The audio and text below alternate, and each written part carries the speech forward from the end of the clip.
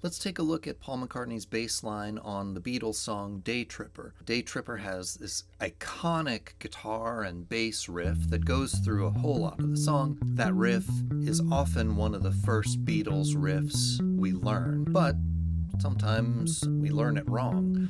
I played this bass riff wrong for many years before actually really taking a look at what McCartney was playing. So we'll spend a little bit of time with that riff, but we'll also look at what McCartney is playing during the choruses, which is a really, really cool bass line. So let's start with that iconic riff that opens the song. In the recording, we hear the riff played one time just on an electric guitar.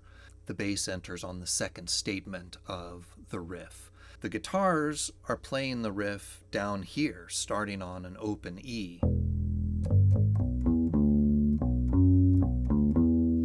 But McCartney doesn't play it down there, he plays it up here.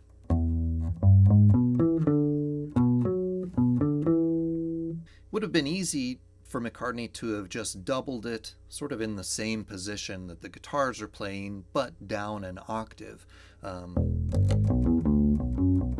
It's kind of interesting that he didn't play it down there.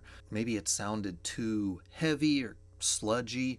Maybe they wanted that riff to feel a little lighter. So playing it up here maybe makes the song feel a little lighter so that groove can be a little bouncier. If you're just starting out on the bass, it's entirely fine to play it down here. You can use open strings.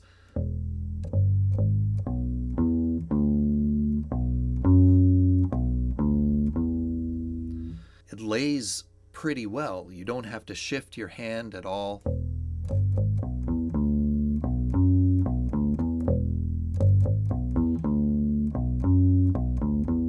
Totally fine to play it down there, but McCartney was playing it up here, starting on the 7th fret of the A string.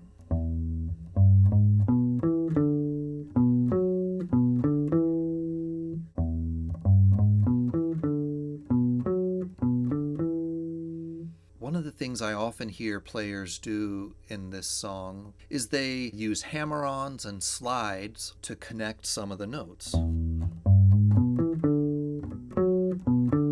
You can totally play it that way, slide or hammer on from that G natural to the G sharp.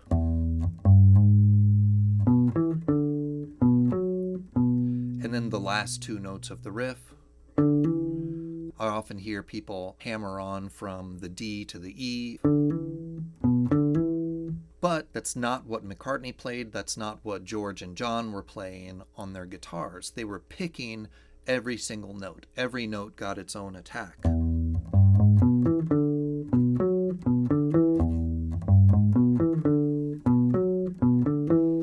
That might sound a little bit stiff at first, especially if you're used to thinking about it the other way with those hammer-ons or slides between some of those notes. But that's how they played it. Every note got its own attack. If you prefer playing it with the slides or hammer-ons, that's not wrong. Add your own expression to it. If you're trying to get exactly what McCartney played on bass, he was picking every single note. So we hear that riff several times at the beginning of the song as the intro. Once the verse enters, we keep playing that riff in the same position. We play it twice, starting on that E on the 7th fret of the A string. After we play it twice, we move down to A and play the same exact riff. We can just shift our hand one string lower in pitch and play that same riff. So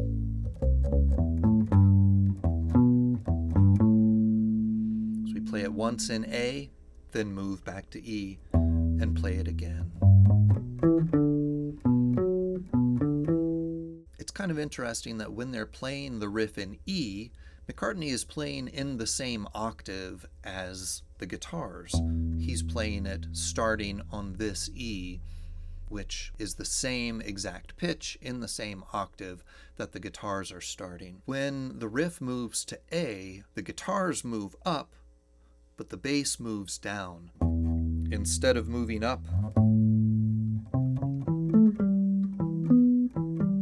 to play it up there, which he could have done, instead he goes down to this A. So there's a sort of interesting effect that happens where the guitars and bass are playing in unison on that E chord, and then they split. Guitars go up, bass goes down, and then they play that riff in octaves on the A chord, and then move back to unison for the E chord. It doesn't make or break the song, it's just an interesting choice. Because that riff is so iconic, so many guitar players and bass players learn how to play it. But McCartney's bass line on the chorus is often overlooked, and it's such a cool line. He's essentially outlining major minor seventh chords, or dominant seventh chords. The chorus begins by moving up a whole step, or 2 frets. From E, we go up to this F sharp. And then we start by just playing a dominant 7th arpeggio. Root, 3rd, 5th, 7th. And then we step down just a half step or 1 fret to the 6th of the chord, and then move up to the octave, F sharp. So the notes are F sharp, A sharp, C sharp, E, D sharp, F sharp. The rhythm is quarter, 8th, 8th, quarter, 8th, 8th.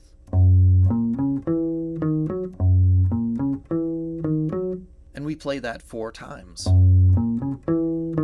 Then we take that same shape, move it down to A, and play it again. Then we move down a half step to G sharp, and play it again. Though I think McCartney's actually starting that G sharp here instead of here. So he begins on the higher octave. Just a slight variation of the same riff. And then we have a bar of C sharp 7 that McCartney essentially just plays a C sharp major arpeggio. So root, 3rd, 5th, 5th, root. And then he plays that same arpeggio down a whole step on the B7. And then back to the riff. So that whole chorus sounds like this.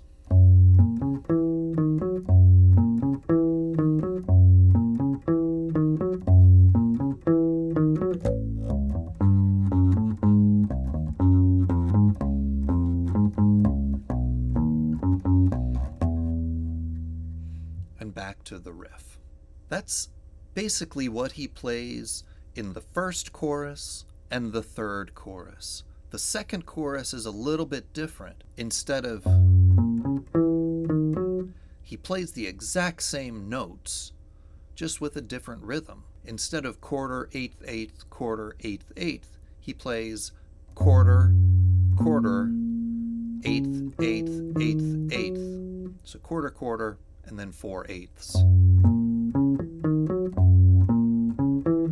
The exact same notes in the same order, just with a different rhythm. It's almost as if he played it wrong by mistake and then just went with it. But it creates a cool variation of that chorus bass line. It could be that he liked it both ways, so he decided to have it both ways in the song, but it easily could have just been a mistake. He played it wrong in that first measure of the second chorus and then just kept playing it that way, because it totally works. It's nice to have a little variation in that middle chorus. Essentially the same thing happens in that second chorus. We hear that F sharp 7 pattern 4 times, then we go down to A and play the same pattern. Same fingering, just starting on that 5th fret of our E string. Then when he moves to the G sharp 7, he changes the pattern a little bit and essentially just ends up arpeggiating a G sharp major triad. So root, third, fifth, third, fifth. When he moves to the C#7, again, just a major arpeggio. Root, root, third, fifth, third, fifth. Moves down a step and plays another variation of that major arpeggio. After that comes this kind of instrumental bridge that turns into a guitar solo, and McCartney is just playing a B the entire time, and he's likely playing it on the 9th fret of his D string. Though, if you want to keep your hand in the same position, totally works to just play the 4th fret of the G string. You're already down there for that B7 at the end of the chorus. You can just keep your hand in the same position and start playing that B on the G string. So McCartney's bass line on this instrumental bridge or interlude begins with just straight quarter notes on that B. Basically get 4 bars of that, and then he begins to activate the line rhythmically, adding in this variation of 8th dotted quarter, and then it becomes 8th, 8th quarter, 8th, 8th quarter, and then it just goes into straight 8th notes. So it's just becoming a little bit more rhythmically active gradually over the course of 12 bars. You could keep playing straight quarter notes, you could play straight 8th notes the whole time. As long as you're hanging on that B, you're going to be fine. After that, we move straight back into that riff again. The third verse goes into the third chorus. The third chorus uses that same bass line that we heard in the first chorus. After we hear the third chorus, we go into the outro, which is just repetitions of that main riff. One interesting thing that happens in the outro, as the song begins to fade out, McCartney gets away from the riff really for the first time since the song began, or at least while the guitars are still playing the riff. So we hear the riff repeated several times, and then McCartney decides to just start improvising a little bit, and he plays this.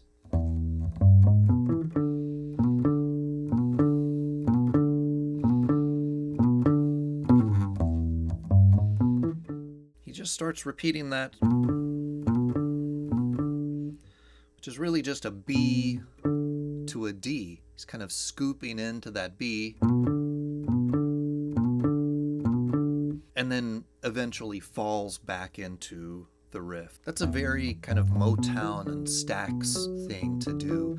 Often in the outro of those old rhythm and blues and soul songs from the 1960s, the band would begin kind of improvising and having a little fun in the outro. Things would start to get varied a little bit. You sort of hear the band's energy increase. Duck Dunn, the Stax bass player, said that the outros were often where the band would have a little bit of fun because they made it through a solid take of the song, so they could start improvising a little bit, knowing that the song would probably be faded out. Day Tripper is based on this iconic guitar riff.